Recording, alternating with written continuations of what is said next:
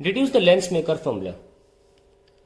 हमारे पास एक लेंस है और इसके लिए लेंस मेकर फॉर्मूला होता है μ2/μ1 -1/1/r1 -1/r2। नो, इसमें ये जो थिकनेस है इसको हम अपर्चर थिकनेस भी बोलते हैं, एल से दिखाते हैं। इस सरफेस का रेडियस r1 है और इस सरफेस का रेडियस r2 है, वही यहाँ पे दिखाया गया। अब इसको डिराइव करने के लिए, ताकि चीज़ें ईजी हों, ताकि चीज़ें आसान लगें, देखने में कंजस्टेड ना लगे, तो मैं दो सरफेसेस को अलग अलग रेडियस का मान के थोड़ी दूरी पर दिखाऊंगा।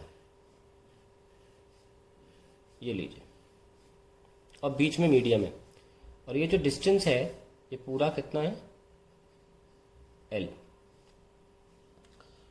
चीज़ें आसानी से प्रूव हो जाए तो हम एक सेटअप लेके चलते हैं कि हमने काफ़ी पास में रखा है ऑब्जेक्ट सरफेस 1 से सरफेस 2, ताकि इमेज वर्चुअल बने। ठीक है, ये सेटअप लिया है मैंने।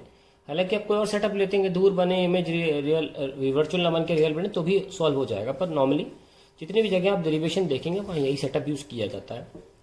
तो हम पास में रखते हैं, ये ऑब्जेक्ट है और ये जो इनिशियल दूरी है वही यू मानी जाती है इस सवाल में। तो इस सरफेस का सेंटर मान लीजिए यहाँ पाया जाता है और इस बड़ा सरफेस का सेंटर मान लीजिए यहाँ है।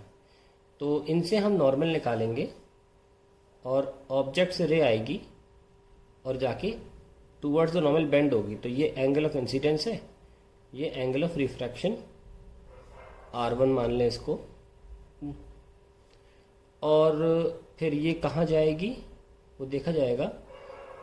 ठीक है, और फिर यहाँ पे इसने इस नॉर्मल से एंगल बनाया, let's call it r2, okay, and then ये बेंड होगी अवे फ्रॉम द नॉर्मल और फाइनल इमेज हमारी यहाँ मिल जाएगी।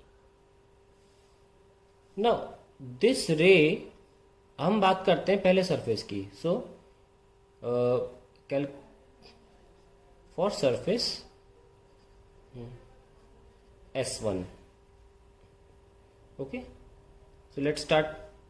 If I take this angle alpha, this as beta, okay, so देखिए यहाँ पे ये लाइट ऐसे गई, और हालांकि रेयर से डेंजर में लाइट को कन्वर्ज होकर थोड़ा सा टूवर्ड्स द नॉर्मल आना चाहिए ना, हाँ, पर ये आ नहीं पाई क्योंकि बहुत पास में रखी है। तो ऐसा नहीं कन्वर्ज नहीं हुई है, देखो अगर ये ना होती तो सीधी चली जाती, पर ये कन्वर्ज हुई है और टूवर्ड्स द नॉर्मल की तरफ हुई है और यहाँ चली गई। पर इमेज कैसे मिलेगी? इमेज तो दो रेज, एक ये खुद प्रिंसिपल एक्सिस का इंटरसेक्शन तो चाहिए हमको। हमने बोला है कि अब ये और ये तो कभी मीट नहीं कर सकती, लेकिन पीछे तो करेंगी ना, इसको प्रोड्यूस करेंगे। ये हमारी पहली इमेज है I1, ठीक है, और इसकी दूरी यहां से हम I1 ही ले रहे हैं। तो let's start with this. Applying Snell's law for surface 1, applying Snell's law. तो ये देखो यहाँ फर्स्ट मीडियम से आ रही, सेकेंड मीडियम में जा रही, तो μ1 sin I is equals to μ2 sin r1. Now since angles I and r1 are very small, ये assumption भी होता है, therefore sin I is almost equal to I और sin r is almost equals to r. So we can replace them by μ1 I is equals to μ2 r1. Now let's apply the exterior angle is equal to the sum of the interior opposite angle, and before that we should make this gamma, okay. So let's see, this is the exterior angle I, and alpha plus beta can be written as I equals to alpha plus beta, and then we can also write this triangle R1 के लिए हम कैसे लिख सकते हैं, R1 is equals to gamma plus beta ना। इस triangle में देखिए, अगर मैं इसको P मार्क कर दूं, इसको N, तो in triangle C1 N I1 है ना, ये जो ट्राइंगल है इसमें R1 जो है वो गामा प्लस बीटा है, so we can write R1 equals to gamma plus beta. Okay, so we have mu1 alpha plus beta is equals to mu2 gamma plus beta. अब हम इसको जरा सॉल्व करते हैं थोड़ा थोड़ा। mu1 alpha minus mu2 gamma is mu2 minus mu1 beta. mu1 ना alpha के लिए क्या है बता चुका हूं कि ये इतना फ्लैट होता है कि इसको आर्क मान सकते हैं। नॉर्मली आर्क ऐसे होता है ना ऐसे, पर हम इसको ऐसे ही मान सकते हैं। तो Pn upon you, Pn upon you minus mu2, gamma में भी Pn अपॉन दिख रहा होगा, गामा में Pn अपॉन वी I1 लेना है, और mu2 minus mu1 Pn upon R1। तो ये डिस्टेंस जो है वो R1 है, और यहाँ से डिस्टेंस ये R2 लिया जाएगा। सो Pn और Pn कैंसिल हो गए। So at the same time we can see that incident ray जो है वो कहाँ है, राइट साइड जा रही है, राइट साइड, और हमारा U पोल से इधर है, इमेज भी इधर है, तो I1 और U दोनों नेगेटिव हैं। सो I1 और U ये नेगेटिव है, पर R1 इंसिडेंट रे की तरह राइट साइड ही नापा जा रहा है। P से C1 जो है वो राइट साइड है, तो R1 जो है वो पॉजिटिव है। So we can simply add these signs also here, minus minus, और ये तो प्लस है, तो फाइनल आ जाएगा mu1 by u, and we have plus mu2 by I1 is equals to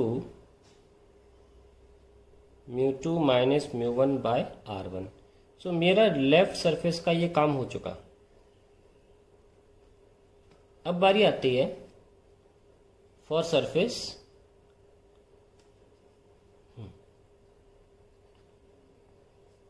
S2।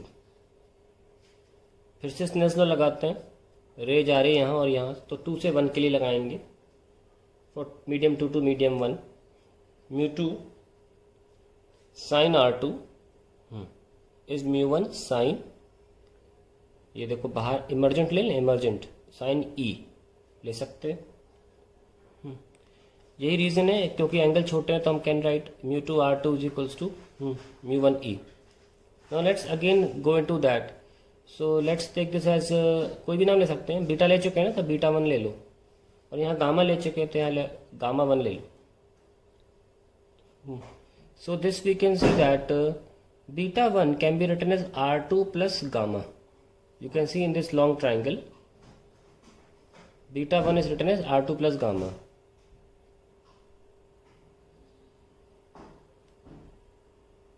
And in this triangle, see this is a straight line, E can be written as beta 1 plus gamma 1.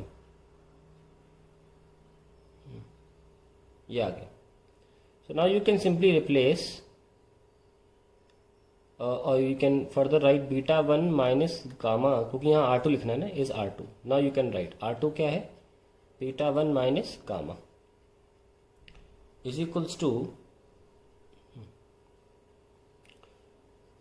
mu1 beta 1 plus gamma 1। Okay, so mu2 beta 1 minus mu1 beta 1 is equals to mu2 gamma plus mu1 gamma 1। इनको मैं इधर लिख लेता हूँ क्योंकि ये अलग अलग हैं और सेम वाले हैं। सेम वाले अक्सर इधर होते हैं ना, कॉमन, थोड़ा इजी रहता है ऐड करने में। तो mu2 gamma plus mu1 gamma 1 is mu2 minus mu1 into beta 1। Now we have to write in that angle upon arc upon radius form, gamma is this, और हमें यहाँ तक देखना है ना। ये इस बार सरफेस है, इसका नाम लेते हैं हम P1 N1, सॉरी P1 और ये N1। So we can write from here I1 plus L, ये L है ना, तो mu2 के लिए P1 N1 arc upon I1 plus L plus mu1 gamma 1 is this P1 N1, और ये कितना है, ये हमारी फाइनल इमेज है V।